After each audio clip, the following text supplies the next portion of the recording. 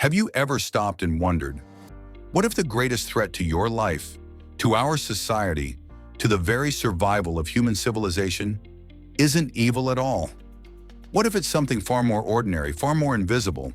So ordinary, in fact, that you never even question it? What if the real enemy is our own stupidity? Before you dismiss that word as childish or insulting, stay with me, because I'm not talking about the cartoon version of stupidity, the kind that makes people laugh at silly mistakes. I'm talking about the terrifying kind Dietrich Bonhoeffer once described as more dangerous than evil itself. Think about it. When you face evil, you can recognize it. You can resist it. You can fight it.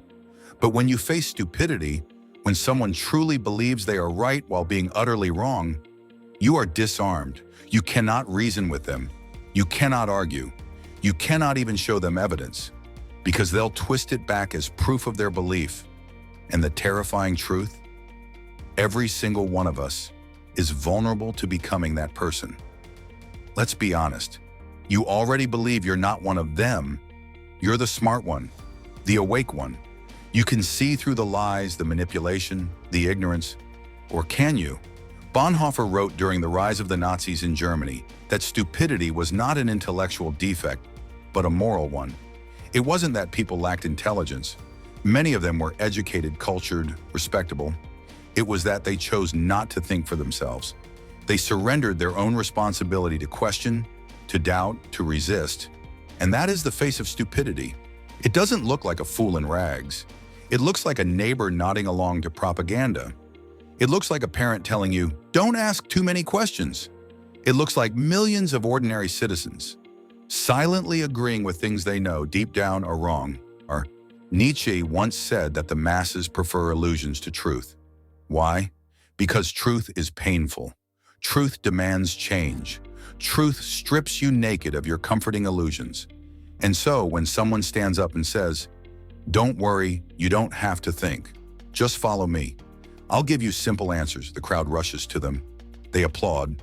They obey. They believe. You see this everywhere.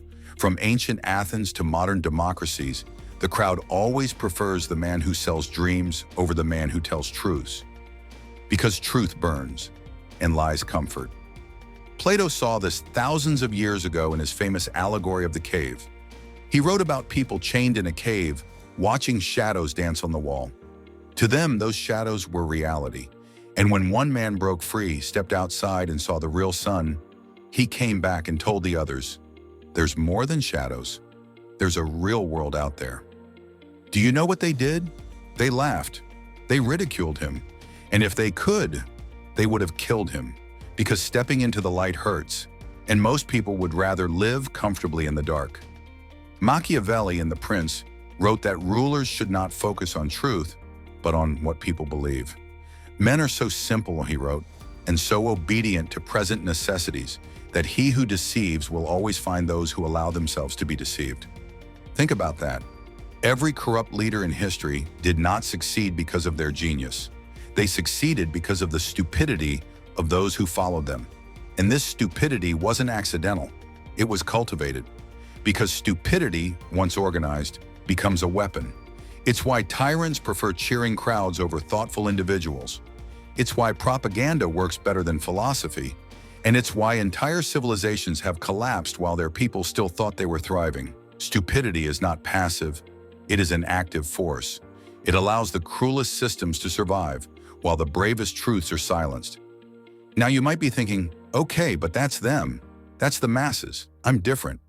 But let me ask you, how many times have you believed something, not because you truly examined it, but because everyone around you believed it? How many times have you avoided asking a question because you feared standing out or being ridiculed or simply being alone?